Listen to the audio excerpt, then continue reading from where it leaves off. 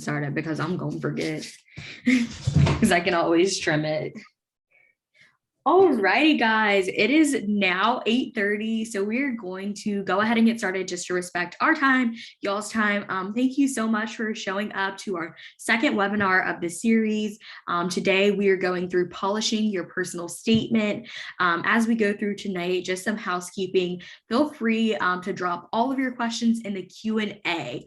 This will help us later on as we're answering questions. So as we go through, if the question pops into your mind, go ahead and drop that in there now. If you see a question that someone else has dropped that you want answered, make sure to upvote that so that way at the end we can see what are the most pressing questions in case we run out of time. And if you want to interact with people in the chat, of course, go ahead and do that. We'd love to see where you're from, kind of where you're at in the application cycle. And just once again, me and Kyeisha are so excited to be here and so grateful just to be able to get back and share a little bit about our journeys. So with that, we will go ahead and get started with polishing your personal statement. Just to introduce us, my name is Morgan. I'm a senior health science major at Clemson University. I applied to medical school this past cycle, so the 2022 cycle, ultimately applied to 15 schools, got 12 acceptances, and just calculated in over $1 million in merit aid. And I really think that it's so important to share your story. Of course, like stats are something that you're going to include on the application, but they're only one part of the application. Your story matters, and the personal statement is one of the first places that you have the opportunity to share your story. So we're excited to share that with you guys tonight. So that's me. Lovely introduction, Morgan. So hi everyone, my name is Kyeisha Laurence. I graduated from University of Maryland, College Park last year. I'm also in the 2022 cycle. Let's see, I was cell bio and genetics major, French minor. I applied to 27 schools or 26 schools. I had 20 interview offers. I went on 15 and have 13 acceptances. I was super excited. And yeah, Morgan and I are both figuring out where we're going to medical school. So we don't know yet, but we're both super passionate, as she said, about giving back.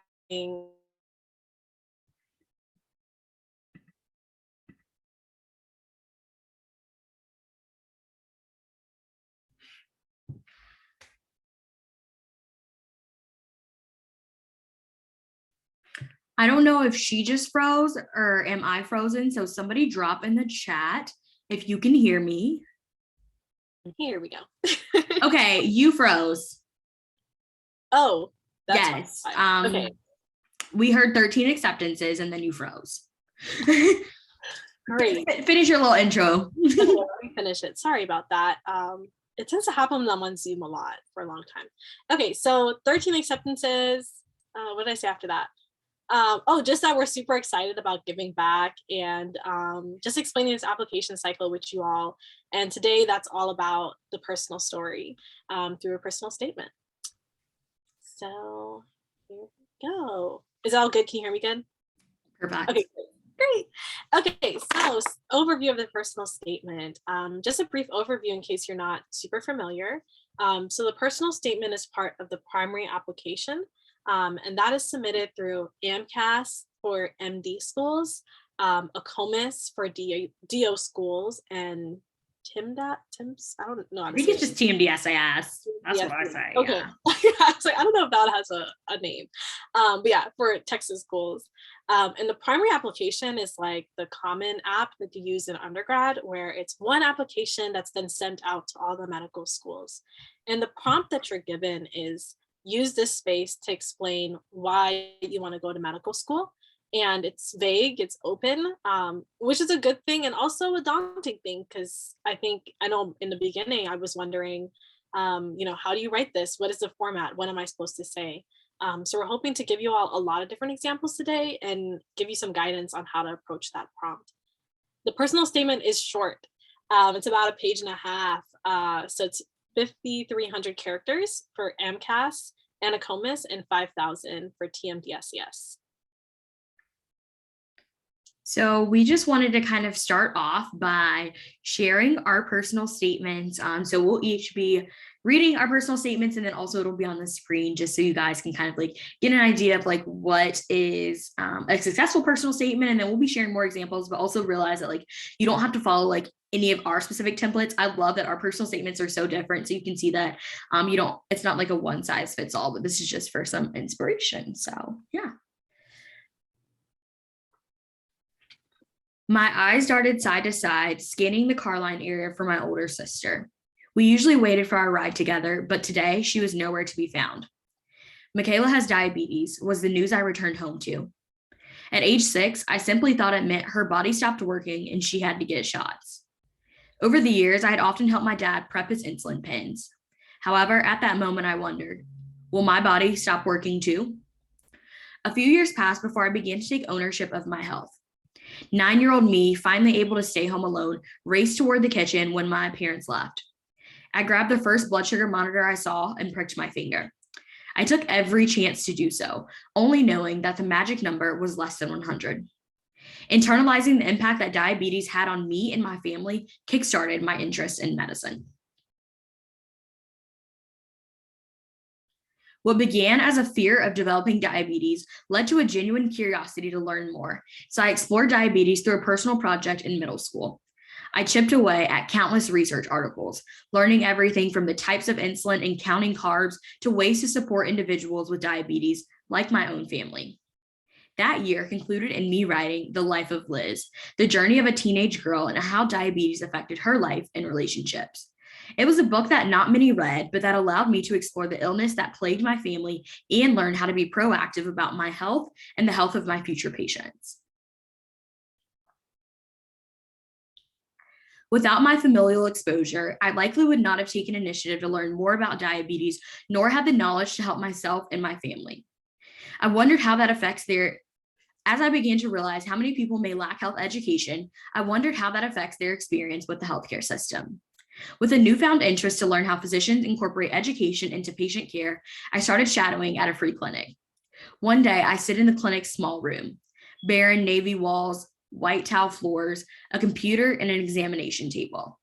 I was observing a follow-up appointment for breast pain with a non-English speaking patient, Jane. They did not offer translation services, but the receptionist spoke Spanish and was frequently pulled in to assist. After the discussion, the receptionist left, but the resident then decided to do a physical exam. As he began examining her, I watched the fear grow in Jane's eyes because she did not understand what was occurring. Levante su brazo, respire profundo. Raise your arm, take a deep breath. I did not realize what I was doing until the words left my mouth. I wanted to help her feel less alone in a room where everyone was speaking a foreign language. I had learned some Spanish medical terminology on a medical mission trip to Costa Rica. I used the tools I gained during that global experience to help her feel safe, seen, and understood. Sometimes that is all it takes to make a difference. This experience solidified my commitment to medicine, and I left the free clinic with many takeaways. How patients can be fearful even with the most well-intentioned doctors treating them, how language and culture impact healthcare experiences, and how quality and culturally competent care should be provided to every patient. Fast forward a few months, I was shadowing a fellow in the emergency department overnight as a trauma case rushed through the doors. I was pushed further out of the room as the nurses and fellow ran in to save the coding patient. The attending Dr. N ran in from another case as the patient's vitals stabilized, so we moved to the ICU. He saw me tensely watching from the corner and said, "If the gut's dead, she's dead." My heartbeat quickened as I watched the bedside laparotomy, but I was relieved when the gut was alive. Then I heard the dreaded beep pushed against the wall. All I wanted to do was rush in and help. I yearned to know enough to speak up and suggest steps to save her. I wanted to know the patient's history, and I wondered if the outcome would have been different if she had gotten her abdominal pain checked sooner. This experience deepened my motivation to understand the role that public health plays in the outcome of patients. Although I was not expecting to witness death firsthand, my desire to do more than stand in the corner and watch only strengthened that night. I want to be the attending physician leading the team, working tirelessly to save patients. There was no single moment when I decided that I wanted to be a physician. Instead, it was the culmination of my personal and healthcare experiences that have been a constant reminder of my goal. to be the physician that cares for everyone, regardless of their culture, language, or health literacy. I have learned humility, Spanish conversational skills, and the importance of developing cultural competence, all of which I plan to use in my future career. As a young girl, I lived in constant fear, wondering when diabetes would take over my life. Throughout medical school and beyond, I hope to develop the tools I need to advocate for and educate my patients so that they never have to experience that fear. Most of all, I plan to provide quality, culturally competent care for all. So that is my personal statement. Of course, like I know what it's supposed to sound like. So like I put emphasis on that. I think it's super helpful to like read your personal statement out loud and like see if it gives you the vibes. It's honestly sentimental reading it out loud now. Like that was May last year. And like, yeah. So yeah, that's my personal statement. I'll let Kyeisha read hers and then we can kind of like go into some of the do's and don'ts. Once again, I tell everybody this that reads my personal statement now. If you saw any errors, don't point them out because it doesn't matter. I already submitted it. There's nothing I can do now. And also realize like this was 15 drafts. So like it didn't just like come out like this. So just also realize like it takes a lot of like energy and work to get it to that point. But yeah, I will let Kyeisha go now. Absolutely. I mean, I think before going, I think it's great to just I don't know, I want to share my thoughts on your statement. Yeah, go for it. Like things, because as we're going to the do's and don'ts, like a lot of people are commenting, love your statement, love your statement. Thank y'all so much. If y'all want to go back and read it, is on my Instagram too, because I know that was kind of fast. Yeah, I think that what really stands out to me is, first of all, I just love the vulnerability of the beginning part, talking about diabetes. And to me, I really like statements that go back to childhood or like families, like those really core experiences Right. that, they did set like a foundation for us. And like clearly it set that for you. Mm-hmm. And then how you kind of explain that interest to medicine without, and I think what we're going to go into is like, a lot of us, yes, we like science, Mm-hmm. we like the human body, but you didn't say, I like science like the human body. You like explained it with your story and like with learning about insulin and diabetes. And then I thought the experiences that you talked about, just the way it was written was very, very powerful. And like, I could see you in that moment and that experience. And yeah, those are kind of the main takeaways that I felt, and like, why obviously this statement was successful for you. So yeah, one thing I also just want to like share that like just kind of popped into my mind, and I know we don't hit on it later, so I want to hit on it now, is like write it as if like you're in the moment of when you had that experience. So like the first one, like I was 6 years old and then like 9 years old, and so I'm not saying like my dad had type 2 diabetes, my sister had type 1 diabetes, and their blood glucose levels needed to be this. And I'm like, no, like I knew, like I put the thing in the machine and it was supposed to say less than 100. So, I'm literally like telling you like this. I think a lot of times like people like to use like these super fancy words. And it's like at 9 years old, we're using that fancy word. And I think when you like take yourself back to that moment and say like, they said my blah, blah, blah was high and this is how I felt, like that brings us back to that moment, and it makes it, I feel like, so much more like real when you do that. So that's just something. But yeah, that's my personal statement. that is a great tip as well. And yeah, I just want to touch on some of those things because, like, as you all walk away, the purpose of us sharing our statements isn't to walk away and go write a statement just like that, but it's like these are the kind of things that you want your statement to do with your own story, is like just conveyed in a really convincing and genuine way. Um, I absolutely love it. I love the little Spanish in there too. Thank you. Okay, so my turn to read reading comprehension, or like, in class with popcorn. All right, so here's my personal statement. Shake the bush, wake it up before you pick it. I picked the leaves off the plant as great-grandmother instructed, returned to the kitchen and poured the piping hot water over the leaves. One of my little brothers was coming down with a cold, and on St. Martin, bush tea was our answer to almost every ailment. It's like a cure-all. That is, until my younger cousin Dimitri was diagnosed with leukemia.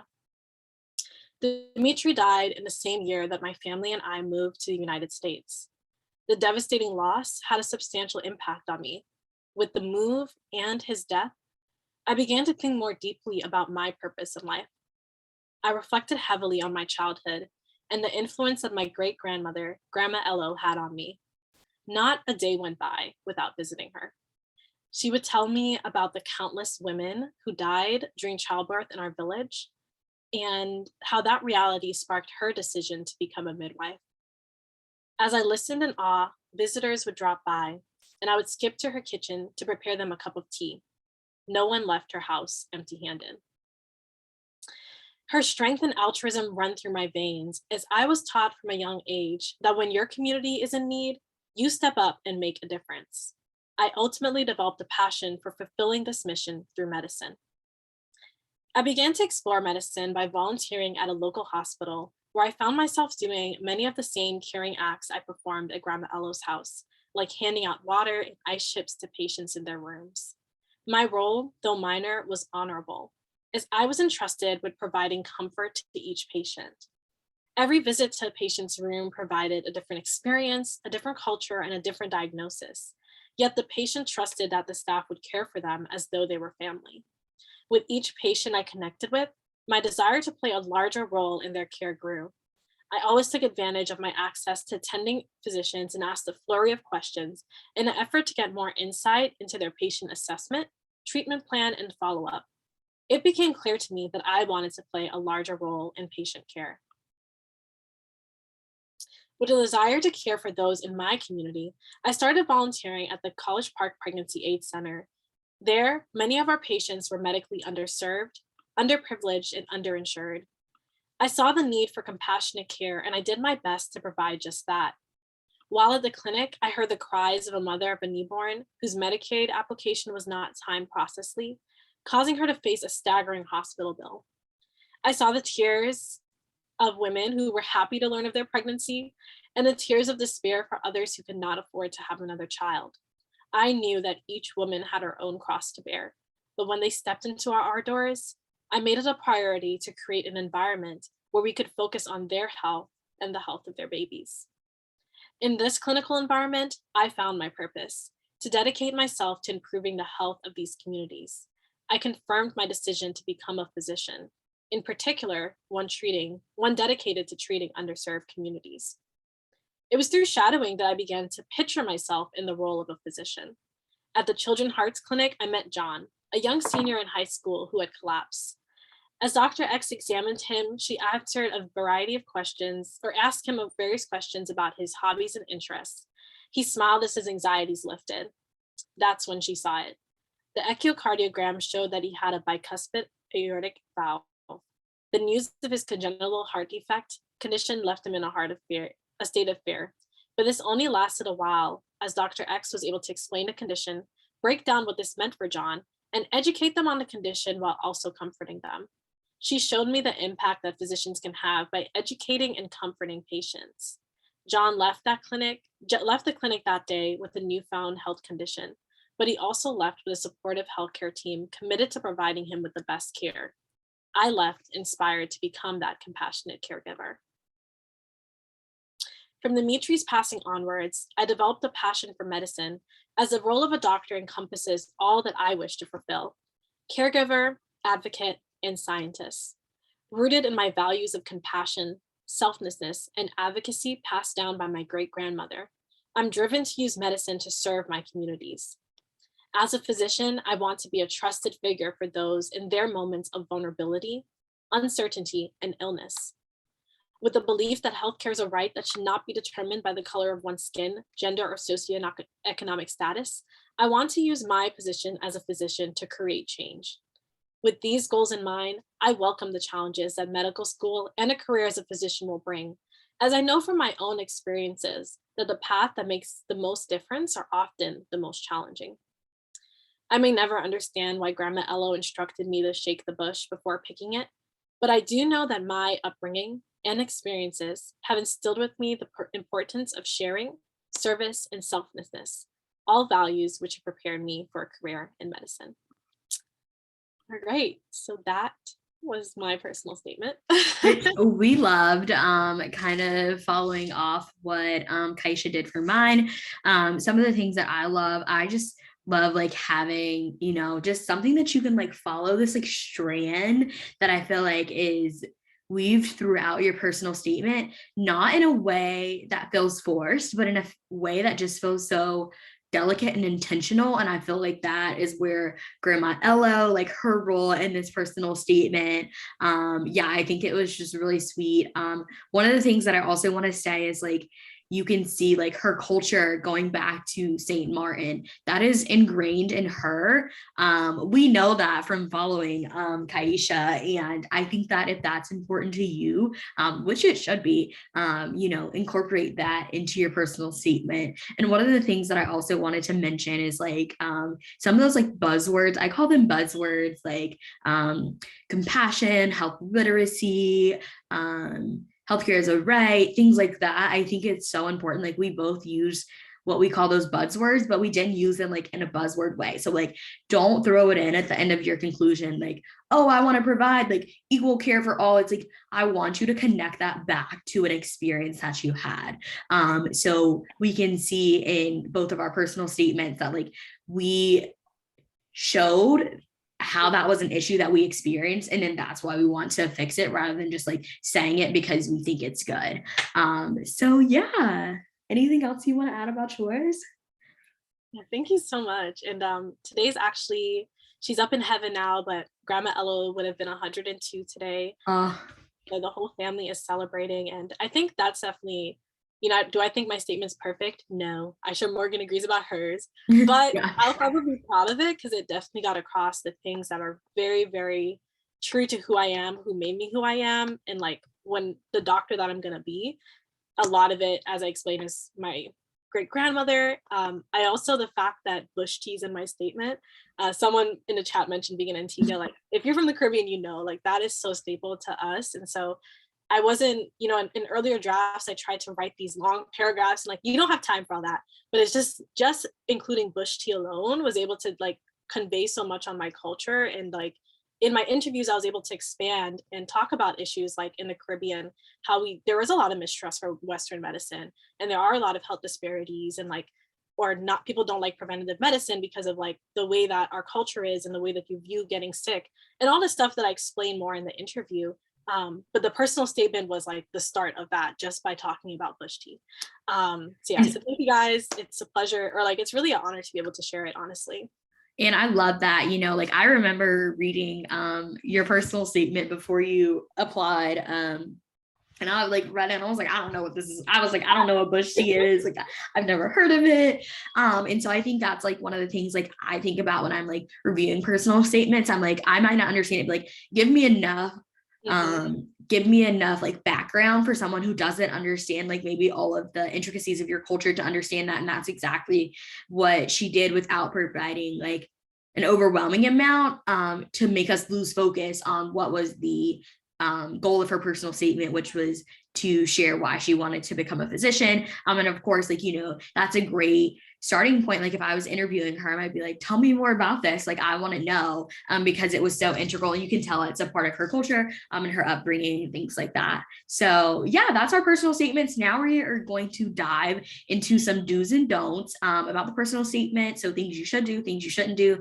Once again, as questions arise, feel free to drop those in the Q&A, because after we go through the do's and don'ts, we'll be hopping into questions, upvote questions that you like. So we'll make sure to prioritize those.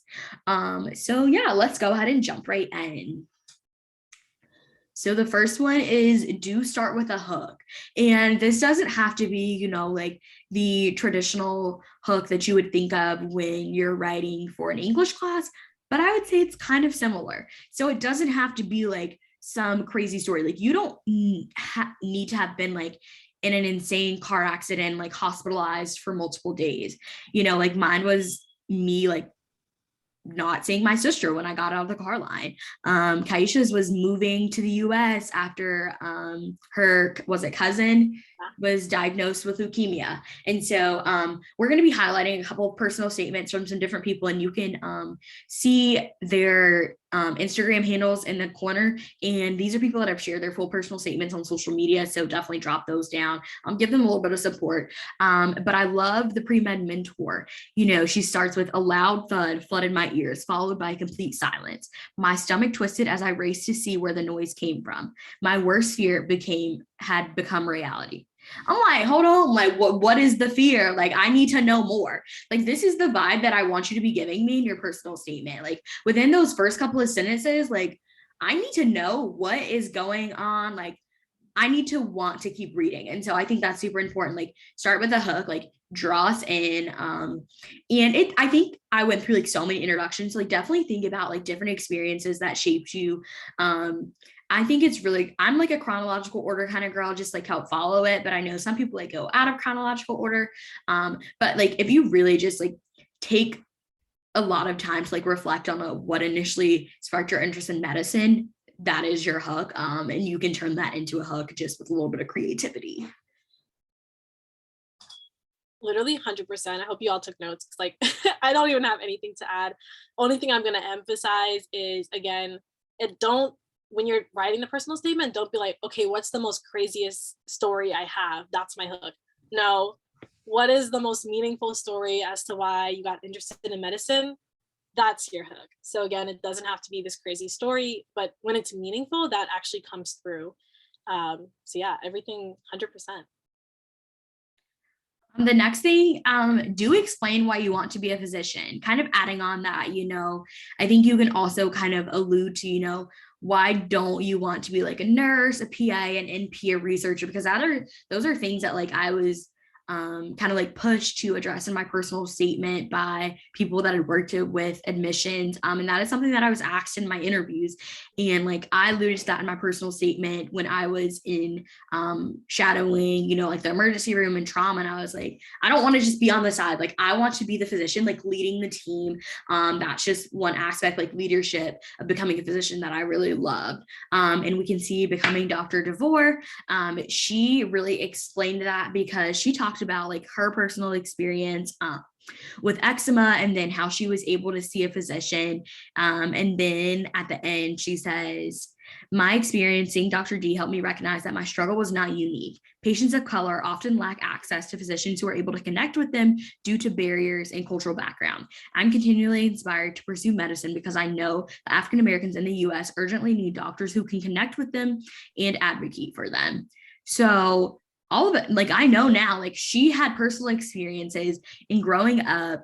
She realized that like she felt alone, and then she realized that she wasn't alone. And now she recognizes that we need more Black doctors, and she wants to help fill that void. And so, just so eloquently written, she explained why she wants to be a physician. Like, if you don't take anything else away from tonight, I need to know why you want to be a physician. Like, Yeah. like, okay, yes, my sister has diabetes. Why does her having diabetes connect to why I want to be a physician? Like, if I didn't make that connection, then me including that story was not meaningful at all. Like, you can have all of these stories, but I need you to connect them. Like, why, how did that influence your desire to want to become a doctor? And then also, like, how have you cultivated that desire over the years, through clinical experiences, through volunteering, and things like that. Literally 100%. I think when I'm editing statements right now, the most common thing that my most common like comment is dig deeper. Tell me why you want to be a doctor. Because a lot of us, it's hard to like really dig deep. And we write these statements where there's an implication. It's like, okay, well, I just described all this stuff that I was doing in the clinic, and then there's never that reflection. And that reflection is what's really, really important. That I think that as these applications are coming across these, admissions people desk, it's like, okay, well, if I have two people, this person can tell me why they want to be a doctor. Like, they can tell me why. And again, when you get to the interview, you have to say why again.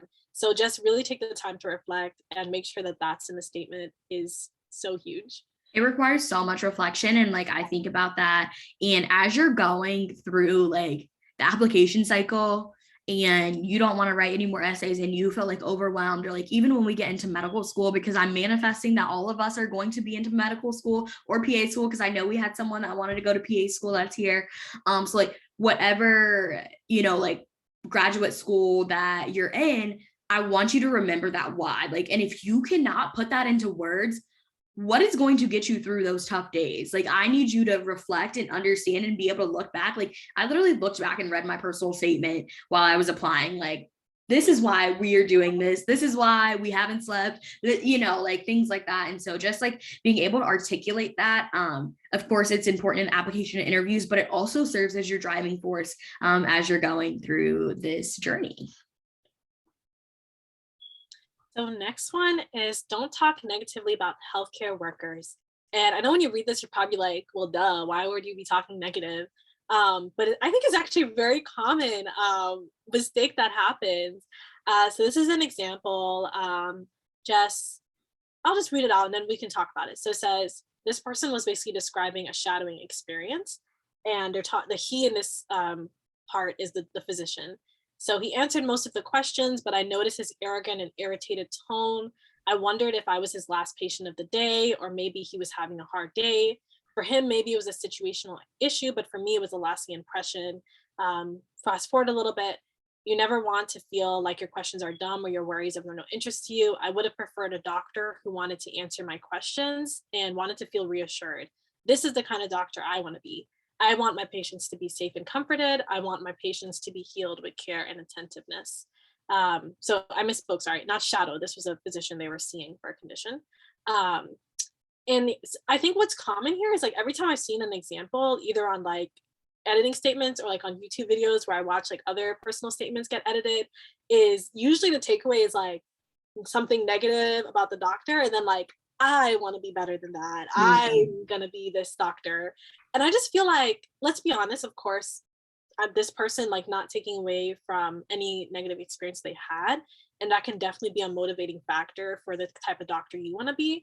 But I just don't think it fits in a personal statement, because as someone reading it, it's just like, you're not a doctor yet. One, two, like I feel like a negative experience being so like motivating to make you be a doctor isn't as convincing as like, I want to treat patients, I want to do these things. Like just because the doctor didn't answer your question, why does that make you want to be a doctor? So I think all in all, like it's too much of a red flag, it's too much of a risk for the admissions people or like the doctors that are reading your statement, and just focus on the positives about healthcare. I do think you can like kind of in both of our statements, we did touch on inequities in health. We touched on, you know, needing translators and like different negative or things that need improvement in healthcare, but you need to do it with a little more twang, a little more. Yeah, a little pull. Yeah, exactly. So anything you have to add, Morgan? And I think also like we address like systemic issues, you know, like not having an interpreter was not like the physician's fault. Like it's a systemic issue that's we have with the healthcare system. I definitely think like there was two times that I actually like talked negatively in drafts of my personal statement. So the paragraph that you guys saw about Dr. M in the trauma unit, like I initially wrote it like we were waiting for him, and like to me I was like, yeah, like we were waiting on him, like where is he? But then, you know, like I mean, I was pretty much on the last draft of my personal statement, and I got a new set of eyes, which is so good to have like a fresh set of eyes. And they were like, I kind of see like you're talking about this negatively. And then like I reframed it, and you can see how I wrote it now. It's like, no, like he was taking care of another patient. It's not like he was lollygagging in the hallways. Like he was literally taking care of another patient, and then he rushed in to help take care of this patient. Then I had another similar experience like this story here with like a nurse when I was at a boarding school. And like when you talk about like experiences, especially ones that you have, I think it's so easy to get like frustrated and like think about it. But it's like you have to remember like they're a lot of times working in this scope of what they know. Like I have dermatographia, and I've literally like said that to like physicians that I've worked with, that I've seen. Like a lot of people don't know what that is. And so I'm like, that's normal. Like they weren't supposed to automatically be able to diagnose me. I was in the middle of nowhere. Like the issue is that at my boarding school, there wasn't a physician for me to see a systemic issue.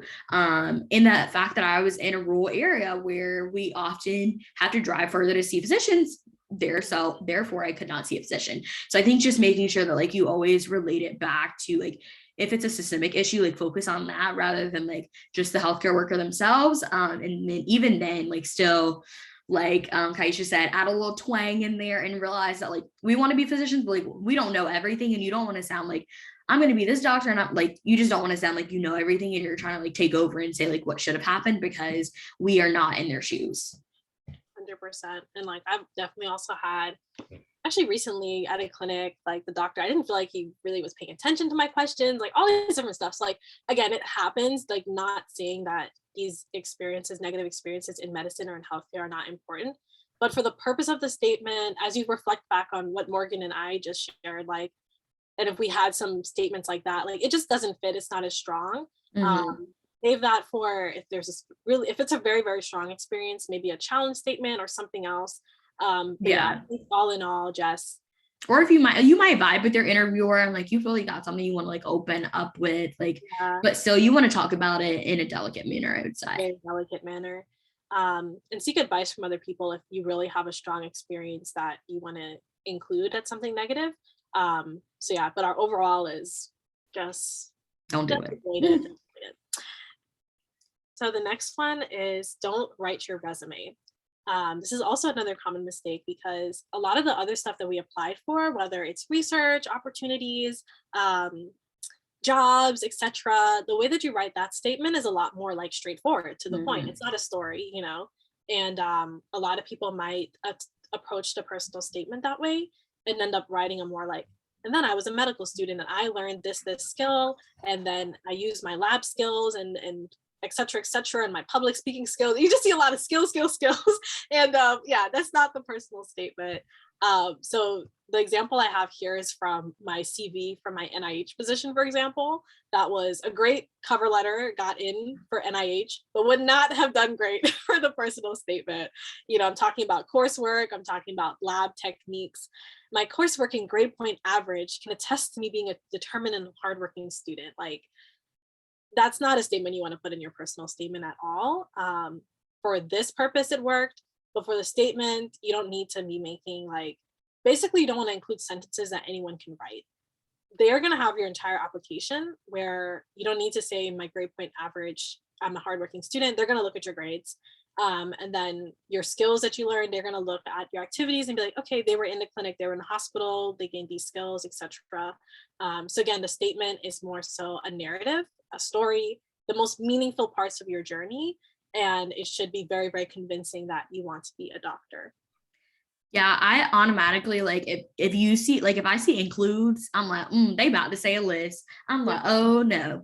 I literally like wrote that on someone's comments earlier. I was like, if you say includes one more time, just because it's like, like it's like as a camp counselor, my responsibilities included blah blah.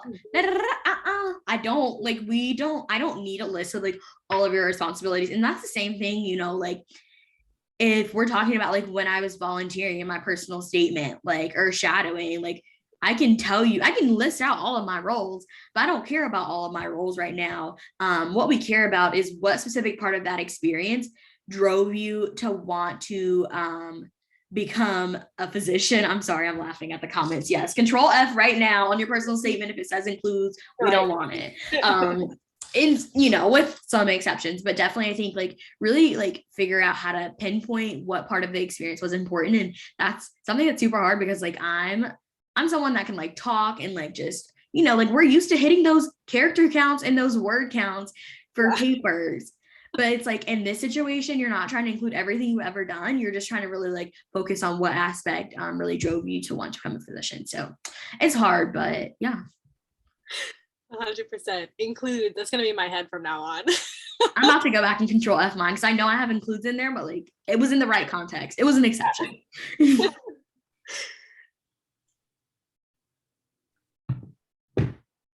Oh, this is mine. Sorry. Yeah. Okay. I was like, hold on. I was like, let me look just to make sure. Okay.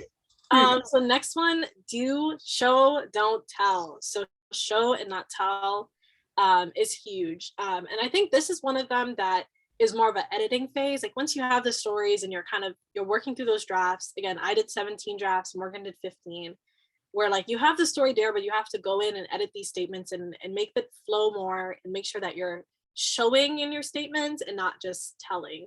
So it's an example of a telling statement. So it says, sorry, my thing's in the way. I volunteer at a nonprofit community clinic. My position is uncertified medical assistant. We see patients who are uninsured and underinsured. This primarily consists of us being able to care for those who are without homes, survivors of domestic abuse, and minorities. So great, we're like giving a lot of context. But we keep going. My duty there is bringing patients to the exam room, taking their vitals. I ensure patients are compliant. I've obtained these skills from my previous exercise science labs. I'm grateful to apply my acquired skill set at the clinic. I love working as a team with the doctors and nurses. And again, you can tell, even by the way I'm trying to read it, like I can't read it with any more like ounce because there's nothing there. You're just telling me you enjoyed working as a team. Okay. I did these skills. I did that. I saw this patient. All the statements here are great. Like this is a great opportunity and great experience. But I'm not really getting anything from it. I'm not able to tell who this person is. I'm not really able to understand why this was a really meaningful experience because they're not diving deeper and showing me about the experience. They're not showing me their interactions with patients. They're not showing me that they're a team player by, describing an experience where they were working with the doctor and the nurses. This is just all tell. And so hopefully you all have seen from our examples of our statements that are more so stories and more so showing that you kind of want to avoid this. Take this and turn it into something that's a little bit more convincing. So I'll go ahead and let Morgan chime in as well. Yeah, I totally agree with everything that you've mentioned. It's hard. This Yeah. was like probably the hardest part for me. And so like she said, like this is super important when it comes to like editing. Just like having people that you trust that can help you like rephrase and revise this. And like if you find yourself like constantly including like I call them the buzzwords. So if you ever get a review from me, like it's called the buzzwords. So it's like, I'm a compassionate person. No, show me that you were compassionate. Show me how, like I feel like that's one of those things where I jumped in and started speaking Spanish because I saw the fear in the patient's eyes. That shows compassion. I didn't have to tell you I was compassionate. And of course, I still like you want to have takeaway sentences and things like that where you kind of like just kind of like conclude everything in like your main takeaway points. But like I definitely think that's where it comes in. And it takes a lot of work, but definitely where you want to have people. This is why I say you want to have people who have gone through the process and been successful or have experience in admissions, because these are like the subtle differences that they can really help you with. Because other people may not realize that like they might think that this is good, but you just want to like have a little bit more like oomph and emotion in your personal statement. Absolutely. I think the reaction that we got from our statements, for example, where it's like you felt, or like I volunteered at the community clinic, but the things that I talked about, or the way that I wrote in a very specific ways, like I didn't tie in on one clinical experience, but I was like, I saw this mother, I saw that, but it was very like explaining what was meaningful to me and really highlighting that. And again, I think that's why I said with editing, you can get there where it's like, okay, if I was editing this, I'd be like, let's remove you taking their vital signs, remove that. I'm like, dig deep, reflect on the experience. Was there like key moments that were really meaningful for you, etc. So that's where you're really taking the statement from like, okay, cool, they have this community clinic thing to like, okay, wow, they really were impacted by this. Like, this is all the ways that this was meaningful for them. So yeah, we can go ahead to the next one. Yeah, so we've kind of hit on this a little bit more, but this is definitely include clinical experiences. This is from just like a personal statement of one of my really good friends that was accepted this cycle. And so I think it's so important, like it's important to share like experiences, like personal, like family, things like that. But okay, yeah, that's cool. Do you know what you're getting yourself into in becoming a physician? And that's where the clinical experiences come in. So you can see just kind of here, like on Wednesday afternoons, we break the routine to see patients at the adolescent and young adult oncology clinic.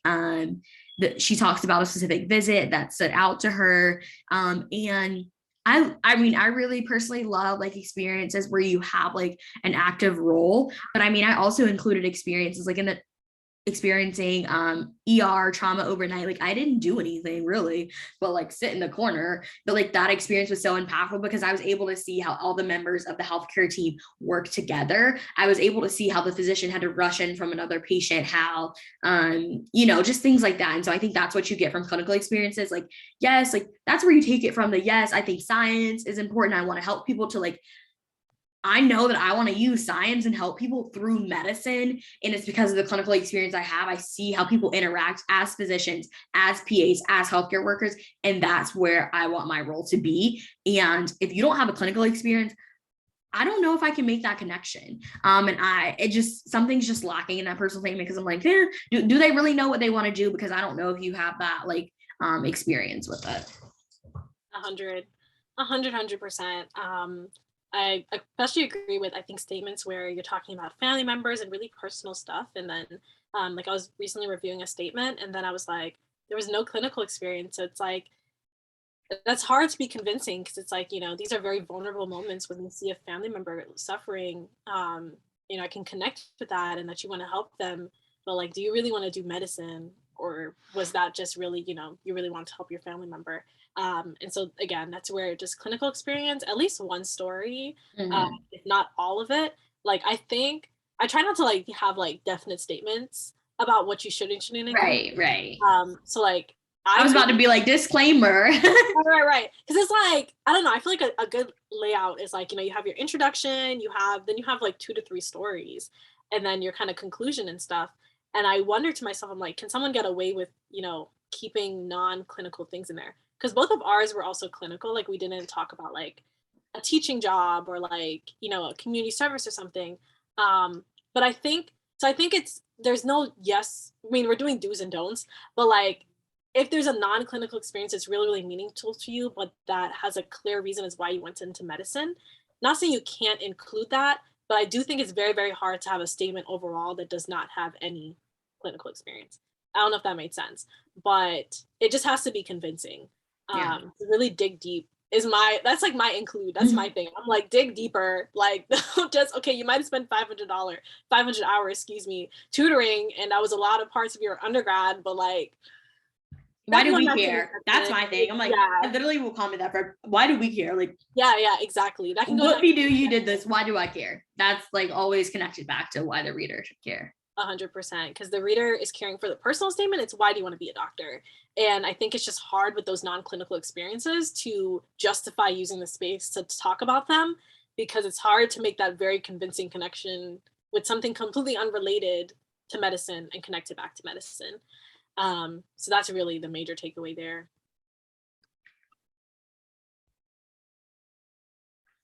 Yeah, so the final one is make sure that you have a strong conclusion and don't add new information in the conclusion. So this personal statement is from Mommy Doctor to Be, of course, also an accepted applicant, and of course you can see her entire personal statement. But I just love, like, while I have served communities locally and globally through education and mental health work. So I'm like, so we know, like, early in her personal statement, I better have seen her serving communities locally and globally through education and mental health work. I now have a better understanding of providing medical care while balancing outreach, advocacy, and cultural competency. Things I should have seen early in her personal statement: outreach, advocacy, and cultural competency. Medicine combines aspects I enjoyed most about my past work: educating others, giving a listening ear, and showing care and compassion in times of need. That's definitely one of the things that I absolutely love, is when you get to kind of like go back and connect it, just kind of like wrap up everything that you talked about earlier in your personal statement. And then I want to use my experiences to come from a place of empathy when helping or advocating for my patients. Just like empathy, one of those buzzwords. So like, I better have seen her demonstrate empathy earlier in her personal statement. My experiences laid the foundation for me to work as a physician, and I hope to gain new perspectives and grow throughout medical school. So like that, I'm like, yes, I want you to be in medical school. I want you to gain new perspectives. I want you to grow. Like, I think you want to like leave your personal statement with like, yes, I want this person, like, show me that impact, that kind of thing. And like, that's something that you can see in my personal statement. I tied it back to, like my fear growing up and how I didn't want my patients to have that fear. So just like tying in all of those, like, I hate to call them themes because I don't necessarily think that you need themes in your personal statement, but like all of those like key takeaways, like just like look at your conclusion sentence for every paragraph and like tie that all together into like one cohesive like statement about like at the end, just like once again, like why you want to be a physician. Yeah, I love it. I think an advice that I've been giving a lot is talking about what impact do you hope to have in medicine. And I think that's something that, oh, sorry, just make sure I wasn't frozen.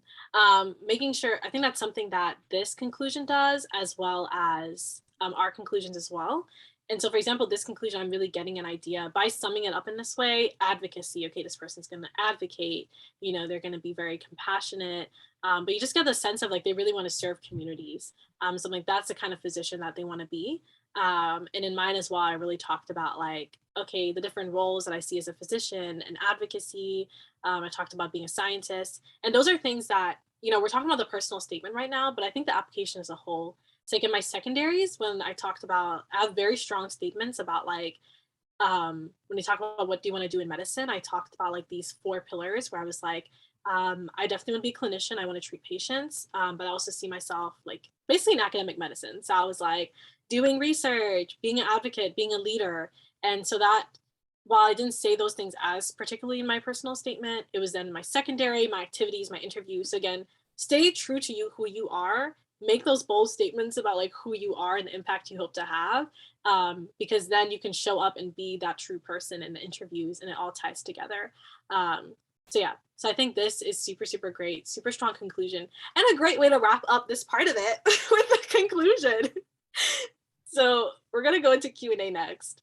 There have been some questions in the chat, but I feel like you guys got more. So if you were here at our first webinar about the MCAT, like we ran out of time to answer questions. So this is definitely your opportunity. Any and all questions that you want to ask about the personal statement, go ahead and drop those. We are going to go ahead into that. I will start with the first question. Do you recommend keeping doctors' names confidential, like Dr. X? I don't mention specific doctors in my personal statement, but I have their names in my activity section and most meaningful. This is an amazing question. So you can see from both of our personal statements, like I refer to the doctor as Dr. M.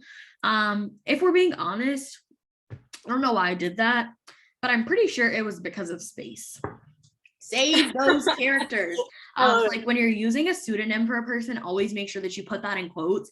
And so like in the activity section and the most meaningful experiences, you can definitely use the physician's name, because like you're more likely than not going to be putting their name as like contact information, especially for like physicians that you shadowed.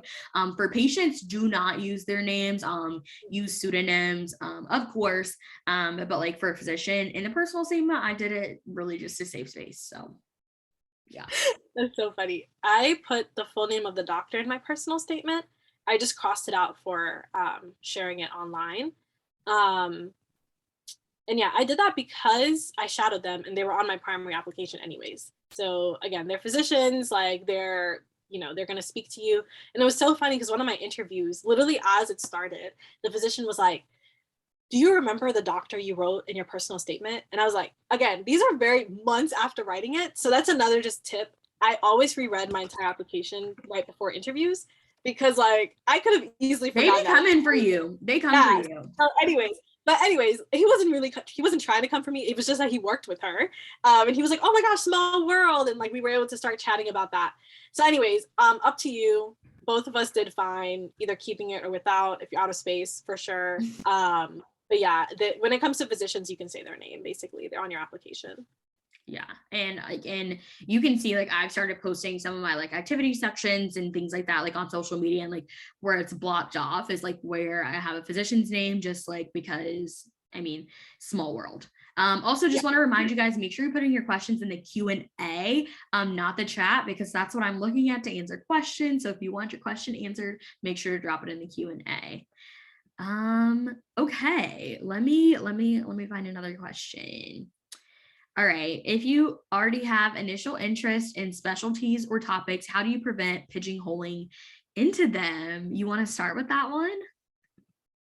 Yes, this is a great one. I think you definitely want to stay away from making it sound like a residency personal statement where you're applying into specific residency. One, the goal of the personal statement is why medicine, right? And like if your entire statement is like makes it sound like you're either neurosurgery or bus, and I'm like, what if you get in and you don't end up doing neurosurgery? Like I feel like that's would be kind of a red flag where it's like, does this person enjoy other types of medicine? That being said, I think naturally as us pre-meds, we do have our interests and our activities kind of centered around that. for me, I'm really interested in being an OBGYN, and like I did pregnancy aid center was in my statement. I briefly mentioned like my great grandmother was a midwife, like I was inspired by that. Some of my research revolved around pregnant women and stuff, but I didn't make the statement sound like women's health or no health at all for me. So it's a really good thing. I think how you can prevent it is, when you're talking about your experiences, your overall takeaway should be about why medicine. So even if you are I'll just stick with women's health, even if you are, doing OBGYN clinics and shadowing, your takeaways aren't about why women's health. It's still about medicine in general. And I think that way you can still keep a general statement. I totally agree with that. Just to add like a little bit more briefly after that, like I think it also, like, if you only focus on like one specialty, like I will become like a dermatologist, like also kind of shows that like you're closed-minded. At least that's what I've heard. And so like I feel like you can tell from reading my personal statement, like I'm super interested in public health, in primary care, which like that's a plus because they really want people that are in primary care. But like I didn't specifically say like I'm going to be a family medicine doctor. And you will actually see like in secondary essays, they might actually ask you what, specialty are you leaning towards. I had that. And so like then I feel like maybe it's a little bit more of an appropriate time to like share what you're exploring, still like keep an open mind. But yeah, just share your experiences genuinely. And like Kyeisha said, like remember that you're still going back to why medicine, not like why do you want to be a specific kind of doctor. So yeah. That's a great question. Yeah, I love that question. All right, do you want me to, let me see. How do you You're doing good. Okay. How do you include a poetic flow into your personal statement without making it too creative writing? That's a really good question. Do y'all think that we had poetic flow in our personal statements? Just drop a yes or no in the chat. I would say that I did not have poetic flow in my personal statement. I think you should, if we're being okay, good. I was about to say, I don't think I have poetic flow in my personal statement. Yeah, so I feel like this is a really difficult question. I think that I intentionally added like some imagery in there, but these are things that I added like during the editing process. Like, hey, like someone was like, I want to like feel this more, like show me through this. And so like I intentionally went back and added imagery in certain places, specifically like the in the hook of my personal statement. But I think that I didn't really like focus too much on like poetic flow and creative writing because I really don't like writing, and so I'm not that great of a creative writer. Yeah. Yeah, I agree. I think honestly, you want to be careful not to make it too of a creative piece. Like I have definitely like some statements I've edited where I read the like whole paragraph and I don't know what's going on because like, that's what we They just be adding words I ain't never seen. I have my books here where, that's what you have literature for, and like more creative writing where it's like, oh, I'm trying to get a sense of who's who and what's going on. Not in the personal statement. You want to make it clear. And so I think because you're trying to make it clear and you have such limited space, that helps you not to make it too creative. So yeah, I would say everyone has a different writing style, and some of us are literature majors, or someone just commented in the chat they are English major, or that's the way that you write. And so that's where editing comes in. Or you're on the other flip side where you write very bland and very like your sentence structure is always the same. So that's where it's like you need those other set of eyes that can help you edit it. Yeah, I definitely think also like, yeah, editing is going to be super huge. I literally just lost my train of thought.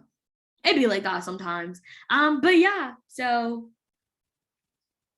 I really don't know what I was going to say. It was a good point that I was about to make too. I was really about to make a really amazing point and I forgot. And if it comes back to me, I'll let you guys know. We'll get back to it. Yeah. Okay, perfect. How do you balance expression of your skills versus selling yourself? I know you'd rather have the reader connect the dots, but I noticed each of you said XYZ skills prepared me for a career as a physician. Yes, this is like an amazing question. I love it. And I think this is something that like Dr. Ray hits on a lot, like the idea of selling yourself. I actually went on like Mission Accepted with him and he was like, this is you selling yourself, a little bit of selling here. I don't know why I just like did that. interpretation of him.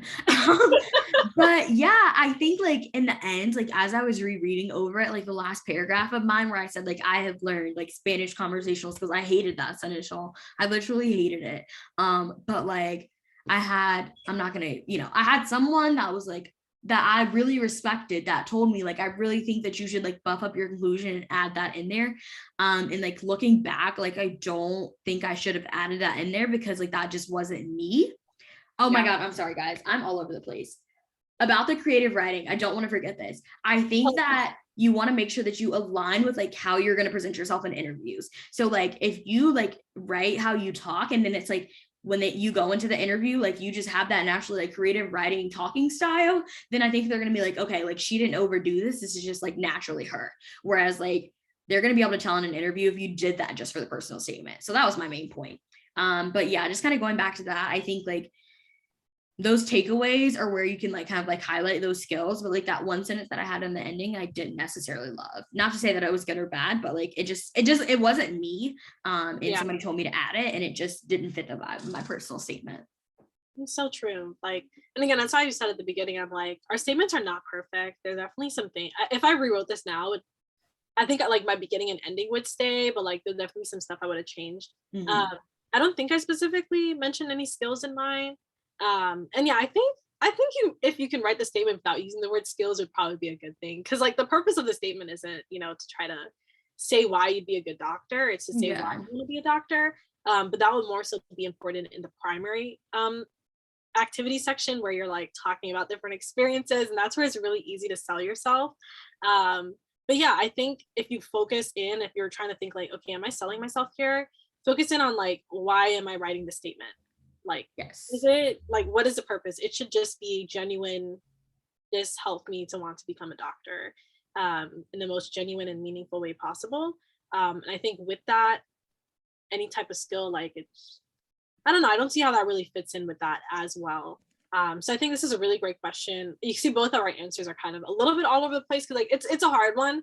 But as you keep writing, just like it's a good question to keep in mind for your own editing sake.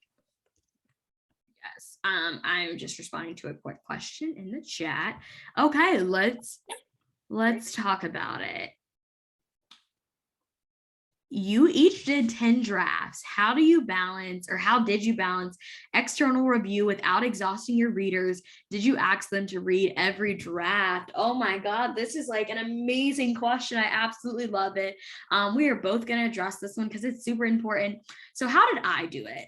I did it so I knew someone who like did a summer program for pre-med students, like really known for like getting people into medical school. And so I just started with him. And I think he read up to like draft 6 of my personal statement, but I started like super early in September. So like I wasn't giving him like a draft every week. And he also was like super helpful. He was like, I want to help you. Like, I want to make sure you get in. So like, Buddy was like turning around drafts like in a day. So he was like very, very willing. And that's really his job, is to help people get into medical school. But like, at some point he was like, I think this is a great draft. And like, I felt like I'd gotten to like my limits with what I was going to get from him, because you'll realize like everybody has like different styles and like different preferences. And so after that, I got like a couple of different people to read like different drafts. So I was like hopping between people. And then I ended up working with an accepted student to like basically finish out all drafts of my personal statement. So I think she probably read about like another 6. And then I like got paired with a mentor right before the cycle started. And so like he read my very last draft before I submitted it. So like, I think it's really great to have someone that you like work with consistently, because they can see the evolution, but then also make sure that you get like a new set of eyes. And some people don't believe in this, but I think you should definitely have someone who's like in the medical field, whether it's like an accepted applicant, like AdComp, somebody that like reads your personal statement rather than like only friends and family. But yeah, also just like make sure that you're really clear with people when you get them to read your personal statement, like when would you like the edits back? And I really try to avoid like sending my personal statement like multiple people at once, because when you get the edits back, it's super confusing and overwhelming. So that's really how I went about it. Yeah, I'm here trying to think like think about all those drafts. I'm gonna also answer the question about who should who should edit your personal statement. I think having like family, friends, people who know you is great, because then they can read it and be like, okay, yeah, this sounds like you. It sounds like your story, that's getting across. I do agree, someone in the medical field, accepted students. I'll talk about who edited mine. And then, yeah, I guess the third people can kind of be like any other group, like mentors that may or may not be in medicine, maybe professors, etc. So for me, I think I had a group, I had a family group chat dedicated to my cycle. They're awesome. So like I would definitely send it to them. Like my younger brother's an amazing writer, and so he helped me on a lot. And then I would sign up for different mentoring or different personal statement edits at conferences. So for example, SNMA's AMEC, they had free personal edits there from medical students, and so I was able to get edited there. Also went Harvard had a Empower conference, got a personal edit there. So I was kind of seeking, and then I had a medical school medical student mentor that I also got from like Instagram. I think it's Black Girls White Coat. But yeah, so I was actively, because again, being like first generation, like I don't have anyone else in my family went into medicine, and not really having a bunch of medical students maybe near me, but I just use like social media and those conferences in order to get accepted students to review it. And in between, it was like family, friends. And then I had my pre-health.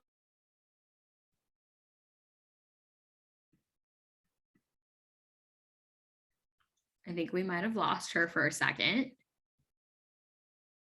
Somebody drop in the chat if you can hear me and if she is frozen.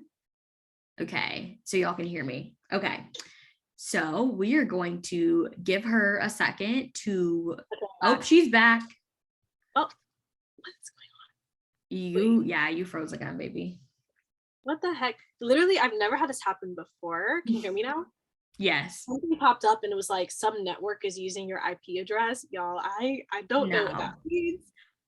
I don't know. Hopefully, thankfully we're wrapping up. I'm gonna figure this out after. We'll see. I do be getting that popping up on mine, and I just say ignore, so it's fine. I don't know what happened, and then the Wi-Fi went out, but I'm back. But yeah, we can go to the next question. I think I answered it, right? Yeah, definitely. Okay, cool. So somebody asked, this is a really great question of like one size doesn't fit all. I talked about my Nigerian culture in that I am the Ada of my household. Hopefully I pronounced that right. Apologize if not. And I mentioned that duties include, is that okay? So like, of course, I cannot just give you like a flat out, yes, this is perfect, or a flat out, no, this is wrong, because I need to like read your personal statement like in action and get the vibe. But I think this is definitely one of those situations where it's like, I'm not sure like what that role is, and it's something that's specific to your culture, so you want to give like a little bit more insight for the reader to fully understand, especially if that relates to your wide medicine. So I think that it would be okay, because you want to just like give a little bit more like insight. But also, I mean, you could talk about like, as you were in that role, like you did such and such, and like just put me in the moment of what you were doing. And that's another way to like show, rather than just telling us your duties included. So that's just an example. Yeah, 100%. I think for me, like when I was writing my first drafts, I was like, yo, St. Martin has to be in there somehow. My culture has to be in there somehow. My island has to be in there somehow. And it wasn't the primary focus of my application, it was, or my statement, it was little bits and pieces that I had to kind of edit down, because I wanted to include my culture, so I completely understand why you're asking this. And I think it's an important part of who we are. So I think find a way to incorporate it in. Maybe that's your hook, where you're talking about your household duties, and you connect it to something with an interest in medicine. And then, the rest of the statement, just really focus on why medicine. And then similar as me, you can have that little like mini conclusion where I talked about bush tea again, and you can kind of bring back in the culture. So yeah, I think there's definitely ways to bring it in, but just make sure that your primary focus is getting across why medicine. And then of course you also have the additional touch where you were able to share a little bit about your culture, which is beautiful. Lovely. Ooh. I'm gonna try to answer some via typing if I can, because we're running out of time as well. Yeah, go for it. Yeah, we are gonna wrap up at 10. Like I said, we're recording this, so like if you have to hop off, we want to respect, why can I not talk? We want to respect your time. Okay. how do you, this is a good one. How do you know when you have had enough people read your personal statement? Is there such thing as having too many eyes on it? 100%. So like, I think you have to like be able to know the difference. Like, are you tired of reading your personal statement? Like, are you just having like writer's block? And like, is my personal statement done? And so like, I had like one time, like there's multiple times where I got in edits and I was like, this ain't what you're recommending is not me. Like that's not how the experience happened.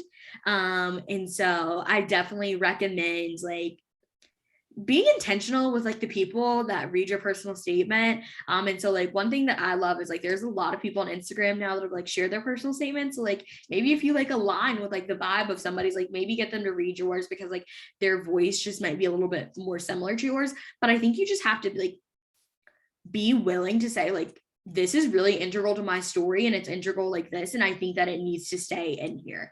And so I think you have to understand that, and I think that's why it's always good to like have someone that knows you like read it at the end as well, so they can like say like this is your voice, like this is you, this is authentic. But yeah, I definitely think there's a such thing as having too many eyes on it, which is why I like had like a couple of people like in and out like give me like one review, but I had like two main people give me like the bulk of my review so they could really see like the evolution and we could talk about it. And yeah. Did you want to add anything to that one? No, I think you answered it great. I just answered one in the chat. Okay. Perfect. Let me see.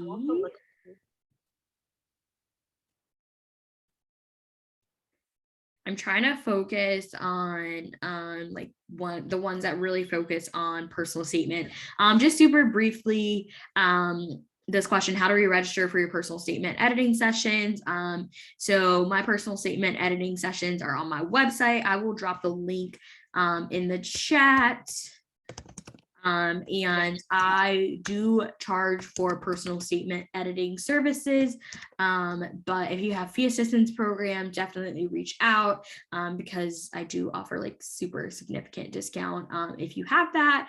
And then I know Kyeisha offers free editing services. And so she can drop hers in the chat too, or just tell you guys a little bit about how to sign up.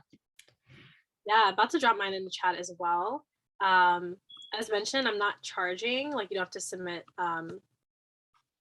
money to request, but I do have a link to donate. So if you're able to donate about like $5, $3, whatever you're able to give. I will say, I think, I don't know if it's because they're free or I don't know what, but I'm getting a lot of edits right now. So yeah, there's a cost benefit to everything in life, right? So if you really need an edit, you might want to pay and have Morgan do it for you. If you sign up for my free edit, just know it might take you a while. But yeah, I'm gonna drop that link in. Yeah, and so we both provide personal statement editing. And I'm just gonna say this, even if you get someone to do your personal statement edits for free, definitely just like go ahead and send a little something their way, whatever you can. And if you can't, like totally, of course, I think we're both willing to like work with people. That doesn't mean y'all all like message me and be like, hey, I need a free personal statement edit right now. But like I worked with someone that provided like free edits for me, and at the end I sent them like a nice little gift card because they were super helpful. And I think you just want to like respect people's time and their energy and things like that. So, and there's tons of people. Make sure if you guys aren't following our Instagrams, I'll try to like put that on my to-do list mentally tomorrow, or somebody message me and keep me accountable, and I'll try to share like other people that are doing personal statements. Like I know at Becoming Dr. DeVore is also doing like, I want to say free personal statement editing. Okay. When did you start writing your personal statement? I started writing my personal statement in September. Wow. Yeah, that's a long time. That's good though. I wrote like one draft and then I took like a month off and then I took another month off. So like it wasn't like as intense. And hate's not a good word. I strongly dislike writing for the most part. And so like I knew it was going to take me a lot more time to like get my like words onto paper, and so I felt like I needed more time. I know people that like grind theirs out in like a month, and like if that's you, go ahead, but like that's not the common person. Yeah, no, I think like at least like 3 months, because like it takes time. Again, you're sending it to people, it might take you a couple of weeks to get back, and you can have a good statement, but it needs editing and drafts to like really make it come together. You have that flow, everything. So I had like a draft of mine from junior year, and like maybe I was studying for the MCAT fall of my senior year. I So did have a, yeah. I don't think I didn't really do as much for it. So bulk of mine was just senior spring. I was working on that. And I will say, like, you know, again, it's really hard making time for all these things. So like my senior spring, I was taking 20 credits. She's and a like this is my beast. leadership roles. It was a mess. But how I did personal statement was like literally just Fridays. I dropped out a little bit of time where I could go to my favorite study spot on campus and just try to get a little bit done. So yeah, know yourself, know how much time you have. And if you have a busy semester like that, or like I did, it is possible to get it done, but just plan ahead and like really schedule into time to work on it. Lovely. Another question. Should I add, talk, hint on an experience I plan to have after submitting my application? It's a clinical trip to Africa, or should I just include it in my activities section? Ooh, that is such a good question. One that I feel very strongly about. So I will give my strong opinion and then we'll let Kyeisha go on. For one, I don't know why it would be in your personal statement if you haven't done it yet, because how's that going to tell me why you want to be a doctor if you haven't had the experience yet? When it comes to the activity section, yet again, how are you going to talk about the impact that an activity or an experience has had on you, or the impact that you have had on an experience if it hasn't happened yet? I think like after going through the application process, like we have usually a lot of them will talk about like what's the impact that COVID had. So like if an experience was canceled because of COVID, you can hit on that there. Like, what do you plan on doing in your gap year? Like it, you know, there's, or like optional essays. So I think there's like opportunities to talk about that, or even like that gives you something that you just got in your back pocket that's new for interviews. Like you win, you know. So I think it's just like reframing your mindset. It's like, oh no, it's not that you don't get to talk about in your personal statement. It's like you're saving it for somewhere where it's more suitable. And so yeah, I would definitely not put it in the personal statement. But yeah, that's me. 100%. I'm not even going to add to that. All I'm going to say is that I think both of us really watch a lot of Dr. Gray's episodes. Morgan's even going to be on one. And literally the episode of application renovation he put out today, the person kept talking about stuff they were doing the next year. And he was like, you haven't even done this yet. Like, you can't tell me anything about it. So I would say using his professional opinion as well, and everything that we're saying too. Yeah, just hold off. You'll have space in the secondary. Or an update letter or some other place to talk about it. Yes, update letters. Forgot about those. You just throw all that stuff in there that you've been working on and it looks amazing. Okay, let me see what more questions do we have. How do you write shadowing experiences while maintaining its impact on you, such as birth? I think that's a really good question as well. So you can see like my last like significant paragraph, like you can go back and read my personal statement, or you can watch this recording later. Like that was literally a shadowing experience while I was like watching them do the surgery, resuscitate this patient. I saw the patient flatline, like things like that. And so like this whole time, like I'm sitting in the corner, standing in the corner. And but like I write about it as if like this is like my, like, so like what did the physician say to me, like what am I hearing, what am I smelling, how did this experience impact me? And then like that was really like shadowing, I'm going to say it, shadowing's passive. And so like that was a really great option. Don't everybody go do this in your personal statement, but this was a great opportunity for me to be like, I feel like I'm on the sidelines, like I want to get involved, I want to get in there. So that was really like my like why physician moment rather than like just why medicine, because shadowing is so passive. So yeah. Yeah, 100%. Again, I think one of the things is just staying true to the experience, being honest. And so you can't make something shadowing that's passive sound active. When I talked about shadowing the doctor and experience, really like why I mentioned that was just because of the fact that it was like, it was one of my first times shadowing where it was like someone had a diagnosis. Like the other clinical stuff that I did, it was like, you know, people were pregnant, they knew, like it just really impacted me. And I was able to expand on that in interviews where it's like, oh my gosh, this person's life just changed in front of my eyes. And then the flips, I focus on the physician because I'm like, this is who I want to become. So just as you're thinking about this experience, whatever birth experience this is, and why, think about, okay, why is this tugging at my heart that I want to include in the personal statement? Why is this so meaningful to me? Brain dump that down on paper and see what you come up with. Why was it meaningful? And then again, we'll edit it down and make sure that, okay, this is really something to include in the statement. But yeah, if it impacted you, just describe that impact. And I think that will show. Awesome. I kind of want to skip on over to this question since you already started alluding to it. How do you recommend we start the writing process? Kyeisha, you want to dive into that one? I do. So what I did was either on an iPad, I used my iPad or a piece of paper. I just wrote like why medicine in the center of the paper. And I started like a big like brain dump, and I was just writing like either like names of patients or like people or words like, you know, advocacy, compassion, research, like just a bunch of things. And I made this huge map. And then I like stared at it and I went to sleep. I think that was my contribution to my personal statement for that night. But no, I think that's where I advise people to start is like, don't start trying to stare at a Word document and like try to like fit into paragraphs. Like just start more so with reflection, whether that's a journal, a piece of paper, going on a walk and typing on your notes app as you go. Start with that reflection first. Then set a block of time. Like I said, I'll set 2 hours of time, and I'm just sitting there at my computer, turn your phone off and be like, okay, I'm going to dump out the worst personal statement ever. It's going to be terrible, but you have to start somewhere. And then of course, go through the editing process. That's how I would say to start. Yeah, I don't remember how I like super started my personal statement because I remember now I had to write a personal statement my sophomore year for one of my classes. And of course, that's like nothing close to like what my personal statement that I turned in was because it was just like I'd gone through so many other experiences that redefined like my why medicine.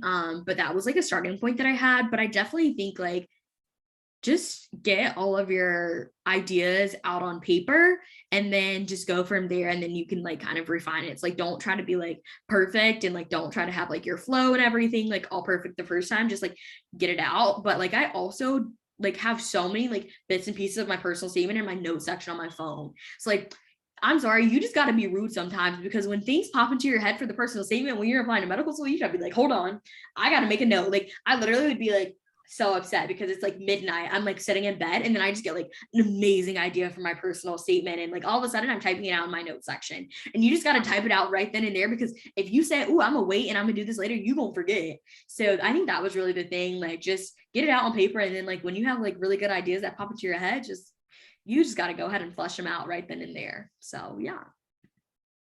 So I do want to, you're probably going to go to these next, but there's kind of two questions I kind of want to address.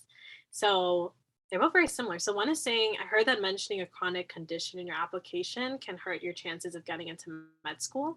And then the next question is about mentioning that you're queer and that hurting your chances of getting in, Yes. you know, advocating for transgender people in healthcare, but with recent legislation changes in the US, I'm worried at how it is going to be received. So I'm going to jump ahead and say that whatever I'm about to say, I'm like, I don't feel like I have the complete I don't know what the word is, but like I don't feel like I can give like the strongest answer on this. We're not experts. Yeah, at all. Like we're just are people who applied, and like those both of these were not situations that I had. And so I didn't have to navigate asking people and figuring that out. My gut is like I want all of us to be able to be our truest selves when applying to medical school. But the truth is that people come with their own biases and you don't know who's reading your statement. So I feel it. I don't know. I don't know what my answer is about to be. So I'm gonna throw it at you, Morgan. Okay. Of course. This is a super hard question. Okay, here's my thing. I'll first like address the one of like being queer. Here's my thing about that. I know it's in no way similar, but like my identity, like my like strongest, I think like part of my identity is like being Black. And I wrote optional essays for my secondaries about like this is my interaction with like the color of my skin and my identity and how I've dealt with that. And like for some people reading that may have been uncomfortable. I don't care because I dealt with the uncomfortableness like in real life, like real time. And so I think like sharing that you're queer, like I can't tell you if it's going to hurt your chances of getting in. But what I can say is you don't want to be at a medical school where you're not going to be supported. And so if a school doesn't want to accept you because you put that in your personal statement, that's not a place that you want to be because that might not be the best place where you're going to be supported. So I will say that and I will leave it at that. And in terms of like having a chronic condition, you better sue these people because I feel like there's like a disability act out there or something that says that you can't do that. But once again, we live in a world where people have their own innate biases. I think like diabetes, like that doesn't I mean, my family has diabetes, and I don't think that hinders you from becoming a competent physician and being a great physician. And so I think that like that's a part of your story, man. Like if you have like a chronic condition, I'm sure that's a part of your why medicine. And I think that you should share that. And once again, if someone doesn't want to accept you, then that's on them. But I'm saying that not as like blanket answers, but rather saying it's all about how you approach it, how you write it. And you also have to understand, like when I wrote about being Black and like my issues, like I wrote that knowing that like somebody might not take this right, and I'm accepting that risk. But yeah, so I definitely think that it's your journey, it's your story, and you got to write that story how you want to. 100%. I'm glad I let you go first because like Mm-hmm. I was trying to think about a word everything, and I just remember when like reviewing like my entire applications, like the the activity, you know how it looks in AMCAS, activity personal statement, and with my mom, and she's like, your application is just black, black, blackity, black, black, black, like it's black. I read yours and I was like, yes, yes, yes. I remember that. Yes. So we'll get to that when we do our primary application as well. Because again, that's also one of the identities that it's people see it before we are even able to, express it. And a lot of the work that I did was like diversity work, inclusion work, advocacy is definitely like throughout my application as well. So yeah, I think I took the approach similar to Morgan. I guess we both did. Of we were just completely ourselves, and we were successful. So again, both of us were like, we understand like why you guys are asking this question. And it's going to ultimately be up to you. But I do think that being your truest self allows you to be in spaces where it's going to be accepted. And yeah, I hope that helps. Yeah. So it is now 9:55. So we want to respect y'all's time. Also, I'm trying to get into bed tonight if I'm gonna I'm make it getting to my tired. class in the morning. So thank you guys so much for tuning in, for joining us tonight to see our personal statements, see do's and don'ts, get some of your questions answered. Once again, we have recorded this session, so just give us a couple of days to get our lives together. And Kyeisha will upload hers on YouTube. Mine will be posted on my Instagram account. And when I post that, I usually will just like give a little recap of the session and say if there's any questions that you were not able to get answered, make sure that you drop those. Like I'm still willing to answer all of your questions. So if you do not get your question answered tonight, just make sure you drop that down in there. And then of course, like stay tuned on our social media websites. That way you will be able to see when we have our next session for April. And I also saw somebody drop in the chat, did we ever drop our editing websites? We did, but I'm going to drop them. Once again, Kyeisha, if you want to go ahead and drop yours as well, just to make sure that everybody has the option to sign up for a personal statement review. Great questions, great interactions, great you guys staying here for so long. Yeah, personal statement, it's a big one. It's a lot, it's intimidating. We made it eventually, both Morgan and I, with many edits, and you all did too. Yeah, for the unanswered questions, I think we both often do like occasional, like ask me a question on Instagram stories, DMs, all that jazz. So you can definitely get it answered. And yeah, I'm also writing a blog on a personal statement soon. So it'll be a written format whenever I get my life together. But yeah, just keep coming out. It really means a lot. It means a lot to me and to Morgan, I know as well, to like be able to give back in this way. Because like we said, we had to go out there and ask these questions and go to things like this and get the information. So it means a lot to be able to kind of pass the baton on, and hopefully one of you guys will do it next cycle as well when you're accepted. Yes, and just show us some support on social media. When we post the recording, we love if you guys would just comment and just kind of like give your reactions, your feedback. And thank you all once again. And we're so excited, and we hope that you guys stick with us, and that we'll see you in April. Great. Have a great night, everyone. Yeah, everybody have a great night. All right. Did we stop the recording first or just leave the meeting? Yeah.